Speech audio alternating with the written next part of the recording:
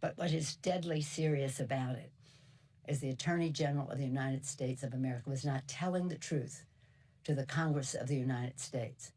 That's a crime. Well, the Department of Justice says the Speaker's comments are reckless, irresponsible and false. For more, I'm joined by Elizabeth Wydra, President of the Constitutional Accountability Centre here in Washington. Thank you very much for joining me. This could be seen as a matter of interpretation. What do you think? Has the Attorney General committed a crime? Well, it certainly does not appear as if he has been forthright with Congress. Whether or not he committed perjury, I think everyone will be parsing the transcripts very carefully, but it's difficult to see any sort of match up with the truth when you have him being asked whether or not he knew that Mueller's team was concerned about the way he presented or misrepresented the report in his initial letter to Congress, and he knew, but none of the members of Congress knew, that Mueller had written him this letter by the time he was already testifying before Congress. So what can they do about it? And also, what can they do about the fact that he didn't show up to the House committee today? Yes, well, we're dealing with some serious rule of law and institutional questions here. It's not just this political power play, which, I think the administration kind of is making it seem like it's this, tough guy routine. We're talking about the Congress's oversight authority in the Constitution, and it can enforce that through subpoenas. It can subpoena the testimony of administration officials.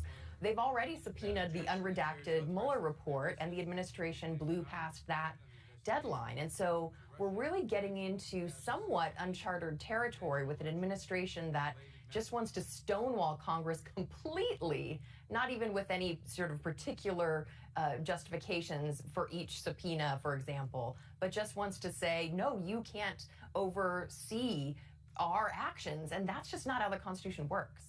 What impact is the politics of all this, though, having on the credibility of the report itself? Well, that, I think, is the importance of Barr's misstatements, alleged misstatements. And I think it's pretty clear, even to an objective observer, if you're not on one side or the other, that he did at least misrepresent, even if you don't want to go as far and say he lied. And the point there is that Mueller went through this careful, painstaking process. And in his report, he did not make a judgment on whether or not the president committed obstruction of justice, which is a crime. He noted that under Department of Justice policy, he cannot indict a sitting president. So he specifically gave it over to Congress to decide whether or not the president had committed a crime and thus probably lead to impeachment proceedings. And Barr misrepresenting the report basically makes Congress's job very difficult because it has poisoned the American public's view of what the Mueller report found and its integrity. And that, I think, is the big picture here. We're not just talking about splitting of hairs on language. We're not playing gotcha politics. It's really about Barr undermining the integrity of the Mueller report. Well, we will presumably hear what Mr. Mueller himself has to say about all this later on this month when he's scheduled to appear. Do you think he will be able to clear all this up? I think that will be incredibly important testimony. We've seen Mueller try to stay out of the spotlight up to this point, but he really has no choice now. We've seen Barr politicize the report.